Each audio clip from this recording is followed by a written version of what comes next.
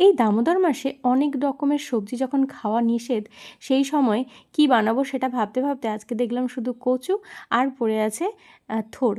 তো আমি রাধারানীর প্রিয় কচু আর থোড় দিয়ে বানিয়ে ফেললাম এই রেসিপিটা। চলুন, দেখলে আপনাদেরও ভালো লাগবে আর আপনারাও বানিয়ে ফেলবেন। তো আমি কচুগুলোকে এইভাবে কেটে নিয়েছি, এরপর আমি এটাকে ভালোভাবে ভেজে নিচ্ছি।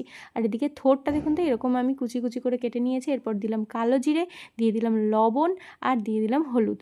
দিয়ে এটাকে আমি ভালো করে মেখে নেব প্রথমে। লবণ দিয়ে আর হলুদ দিয়ে মাখলে না এটা থেকে অনেকটা জল বেরিয়ে যাবে আর এটা একটু নরমও হয়ে যাবে থোড়টা। সেই জন্য এটাকে ভালো করে মেখে নিলাম। নেওয়ার পরে এটাতে দিয়ে দিলাম বেসন আর দিয়ে দিলাম একটু কর্নফ্লাওয়ার। দিয়ে এটাকে আরও একটু ভালো করে মেখে নেব। মেখে নেওয়ার পরে এই যে দেখুন রেডি মাখানো।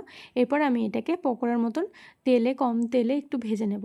ব্যাস, এই যে রেডি আমাদের এটা ভাজা, আর এতটুকু ভাজা চলছে। ব্যাস রেডি হয়ে গেছে, এগুলো তুলে রাখবো। এরপর আমি একটু মশলা করতে হবে এটার জন্য। তো আমি দিয়ে দিয়েছি তেল, তার সাথে গোটা জিরে আর দিয়ে দিলাম আদা কাঁচা লঙ্কা বাটা। দিয়ে এটাকে ভালো করে একটু ভেজে নিতে হবে। তারপর আমি এখানে দিয়ে দেবো টমেটো পেস্ট। টমেটো পেস্টটা দিয়ে দিলাম এর মধ্যে। দিয়ে আরও ভালো করে এটাকে কষাতে হবে। মশলার কষানোতেই কিন্তু আলাদা টেস্ট হয়। তো এরপর আমি এখানে দিয়ে দেবো একটু ধনে গুঁড়ো আর এর মধ্যে দিয়েছিলাম একটু হলুদ গুঁড়ো। দিয়ে আমি এটা পেস্টটা এর মধ্যে দিয়ে দিলাম। দিয়ে আরও ভালো করে মশলা কষানো হয়ে গেলে ভেজে রাখা কচুগুলো দিয়ে দেবো। কচু কিন্তু রাধারানীর খুব পছন্দের, আর তাই এইভাবে কচু রান্না করে রাধারানীকে কিন্তু ভোগ লাগাতেই পারেন। তো এরপর আমি জল ঢেলে দিলাম এর মধ্যে। জল দিয়ে একটু ভালো করে সেদ্ধ হতে দিতে হবে।